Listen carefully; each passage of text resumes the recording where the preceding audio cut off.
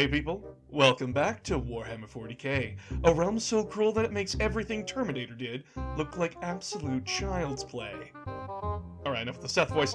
Last time we talked about the Tyranids, the endless evolving swarm with an unhealthy amount of thirst traps.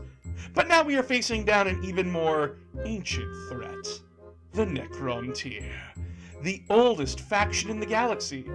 And for some reason, even as ancient living metal soldiers, they can be still extremely petty to one another, even when the king is in the room. Wanna know what happened? Already got tickets to the funeral! The Necron story begins millions of years ago in their home system. Unluckily for the Necron tier, their sun was having issues, and it affected their entire species, as generations were exposed to the sun's strange radiation, causing their species to have such a low life expectancy that their culture revolved around death. Bring out your dead! The ancient cities they developed were just giant tomb complexes that they would inevitably be buried in. However, they did find an ancient race of floating space lizards who could manipulate life. And this is how this conversation went. Excuse me, oh kind and powerful lizards. We see you creating and messing with life. Could you please cure us of the genetic defects that are killing our species? No. And so it begins, the war in heaven. A war that was so devastating that the Necrons fell into civil war. 'Cause, well, what else was there to do?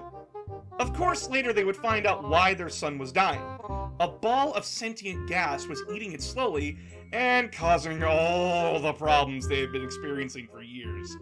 They then slapped that ball of sentient gas inside a suit made of living metal, and what do you know? The first Catan was born.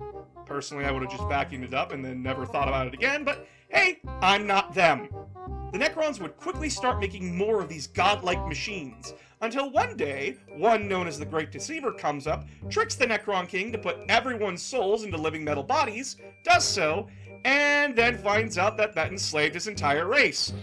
And although the Necrons were now enslaved to the Catan, they did start to kick the old ones' asses.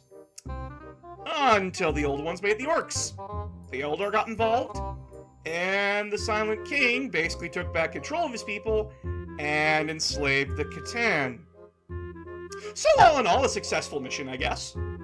After the war in heaven, of course, the Silent King then ordered all of his Necrons to basically go home, go to sleep, don't wake up for a while. And that was the thing for about 1,000,000 years, until the 41st millennium. The Necrons started to wake up in earnest, ready to kick the younger whippersnappers off their lawn, damn it! Or put them in a museum like British people. One way or the other, let's get into the army now.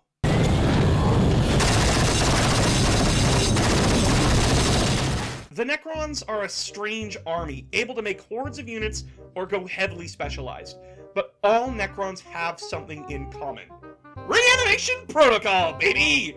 Basically, when a Necron gets a boo-boo or dies, they heal that damage or get right back up as if nothing happened, with several units in the Necron army being able to influence the protocol for better regeneration. This single rule makes the Necrons the best army for War of Attrition style gameplay, where your opponent has to go out of their way to kill every model in a unit, or they will find that unit to be coming back to haunt them real fucking quick. But let's get your army's downsides out of the way quickly. Necrons are way more specialized in the roles than the Tyranids are, and have little to no custom options for their units. Necrons get what they get with either no other options or one option to replace or add on to that unit as an ability.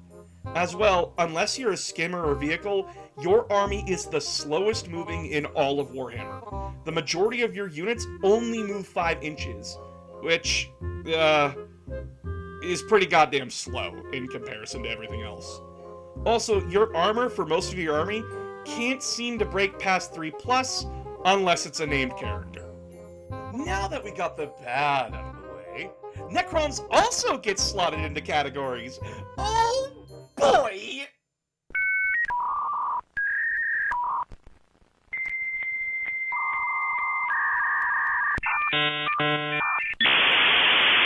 Your infantry are slow and lacking in armor, but aren't to be underestimated. There's a reason many players dread your main infantry: the warrior blobs. Necron warriors get back up in such high numbers that your opponent has to dedicate lots of their army to outright destroying your warrior blobs, or risk facing one of the best objective holders in the game, because you don't stay fucking down. However, some units have other ways to get around, either by infiltration or just straight up teleporting onto the battlefield. As well, your infantry has a good amount of attacks, and the strength of those attacks are also strong, making other infantry and even elite units in other armies get deleted off the board or be made really useless really quickly, along with characters and other vehicle units to build support and keep your infantry coming back from the grave in even greater numbers, while also making your infantry better at killing in their hyper-specified roles.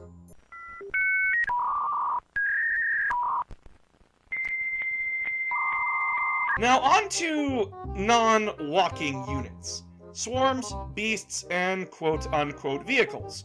These include all forms of destroyers, wraiths, scarabs, and Catan shards.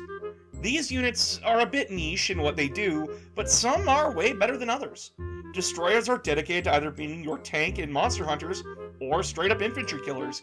Your wraiths are elite hunters, and can take down units that other units struggle to kill, like Terminators. The Scarab Swarms love to mess with your opponent's vehicles by literally just being a self-destructing nuisance. And yes, Scarab Swarms that explode can still get back up. Then we come to the Catan Shards. We currently have 4 variants. The Nightbringer, the embodiment of death that causes tons of damage to any enemy units near it. The Deceiver, who helps you redeploy units and mess with your opponent. The Void Dragon, who has a massive hate boner for anything that has an engine. And just regular shards, who, unlike their named counterparts, can just teleport around the battlefield. Catan shards all share the one common ability of cutting down damage in half, making them extremely tough to take down. These units, as I said, fill niche roles in the Necron army, but each unit can be extremely devastating in their own right.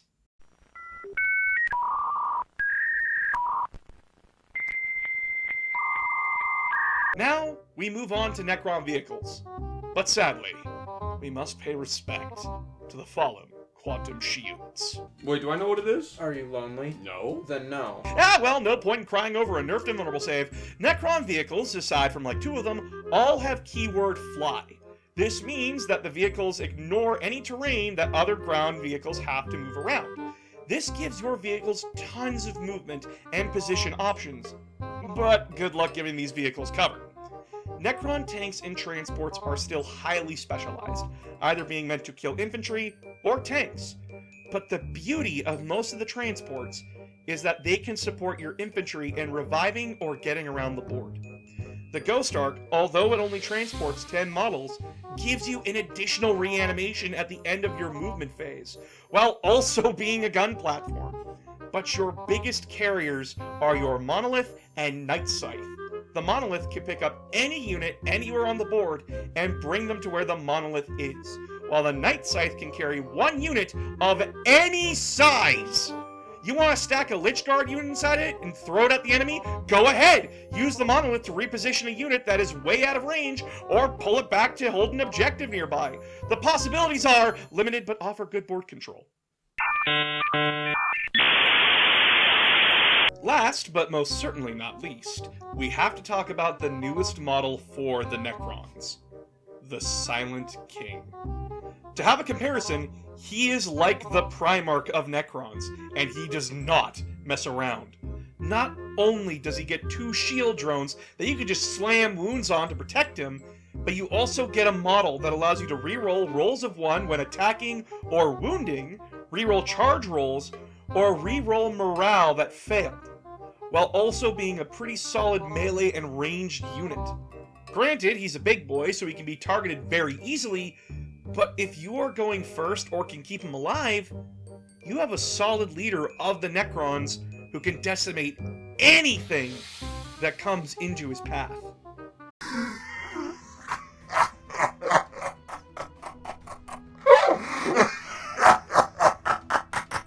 And that's the Necrons, an army that is slow and struggles with flexibility, but you will find no better army for attrition-based tactics and some of the best weapons in-game, as well as being extremely easy to paint. Pick a metallic color and an energy color, and there you go. Simple army. Come back next time when we talk about an army that wishes they were the Necrons. The Adeptus Mechanicus. See you all next time!